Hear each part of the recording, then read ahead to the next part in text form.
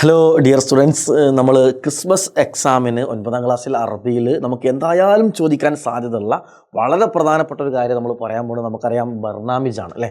ബർനാമിജിൻ്റെ പ്രത്യേകത എന്താണ്? ബർനാമിജ് എന്ന് പറഞ്ഞാൽ പ്രോഗ്രാം നോട്ടീസ് എന്നാണ്. ഒരു പ്രോഗ്രാം നടക്കുന്നു, ആ പ്രോഗ്രാമിൽ ആരൊക്കെയാണ് സ്വാഗതം, അധ്യക്ഷന്, ഇനാഗുറേഷൻ എന്നൊക്കെയുള്ള കാര്യങ്ങളുടെ ലിസ്റ്റാണ് പ്രോഗ്രാം നോട്ടീസ് നമുക്കറിയാം. ഓക്കെ, അപ്പോൾ നമുക്ക് ഇങ്ങനൊരു തക്രീർ, ഒരു റിപ്പോർട്ട് നമുക്ക് പാരഗ്രാഫാക്കി തരും.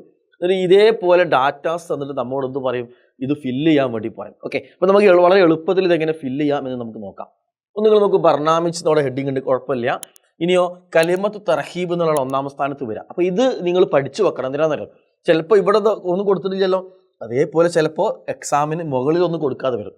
അപ്പോൾ ഒന്നാമത്തെ എന്താണ്, കലിമത്ത് തർഹീബാണ്. ഇനി കലിമത്ത് തർഹീബ് എന്നുള്ളത് ഈ പാരാഗ്രാഫിൽ നമുക്ക് എങ്ങനെ കിട്ടാമെന്ന് വെച്ച് കഴിഞ്ഞാൽ നമ്മൾ നോക്കേണ്ടത് എന്താണെന്നറിയോ, നമ്മൾ നോക്കേണ്ടത് റഹബ എന്നുള്ള വാക്ക് നോക്കുക.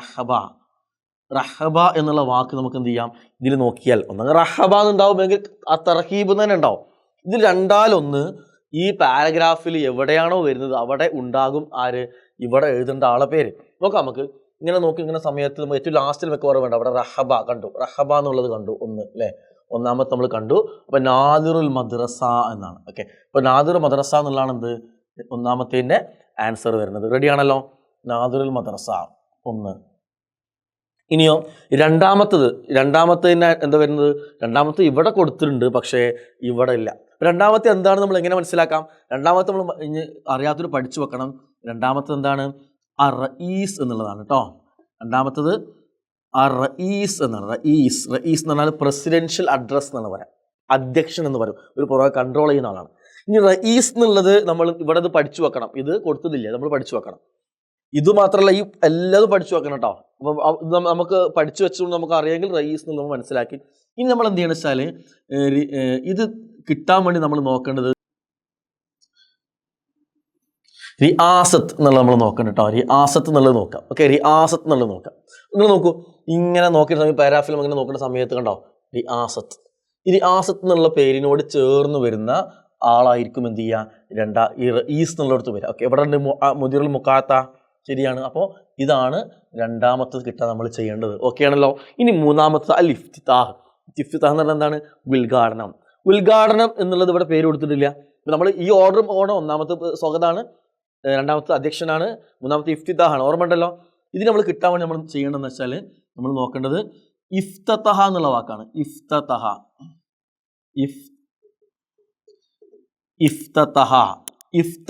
എന്നുള്ള വാക്ക് എവിടെ വരണം നോക്കാം.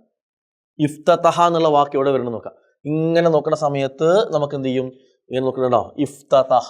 യെസ്, ഇഫ്തതഹ എന്നുള്ള വാക്ക് ഇവിടെ വന്നു അല്ലേ. ഇഫ്തതഹ മൂന്നാമത്തതാണ്, ഇഫ്തതഹയാണ്. അപ്പോൾ അതിൻ്റെ റഈസു ജമിഅത്തുൽ മുദരിസീന വൽ ഔസിയ കണ്ടില്ല നിങ്ങൾ, ഇവിടെ ഉണ്ട് അതിൻ്റെ വരുന്നത്. ഓക്കെ, അപ്പോൾ ഇതാണ് മൂന്നാമത്തെ ആൻസർ ആയിട്ട് വരിക. ഓക്കെ, ക്ലിയർ ആണല്ലോ. ഇനി നോക്കി നിങ്ങൾ നാലാമത്തത് നമുക്ക് ഇവിടെ ബ്ലാങ്ക് ഇട്ടിട്ടുണ്ട്.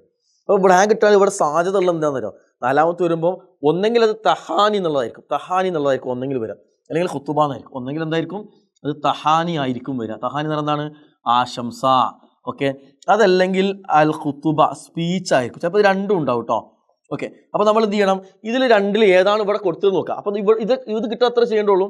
ഇത് കിട്ടാൻ ചെയ്യേണ്ടത് എന്താണെന്ന് വെച്ച് കഴിഞ്ഞാൽ നിങ്ങൾ ചെയ്യേണ്ടത് പിന്നെ ഖുതുബ.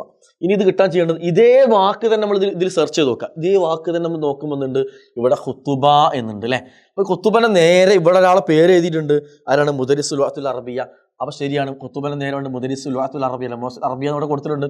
സോ നമുക്ക് ഏതാണ് ആൻസർ വരിക, ആൻസർ എന്താണ്, ഈ ഖുതുബയാണ് ഇവിടുത്തെ ഉള്ളത്. അപ്പോൾ ഇവിടെ എന്ത് വേണ്ട, ഇവിടെ നമുക്ക് തഹാനി വേണ്ട, ഖുതുബ എന്ന് എഴുതിയിട്ട് നമ്മൾ എന്ത് ചെയ്യുന്നു, മുദരിസുൽ ലുഗത്തുൽ അറബിയ്യ. ഞാൻ ഇതിവിടെ കൂടി എഴുതാൻ കാലം തരാം.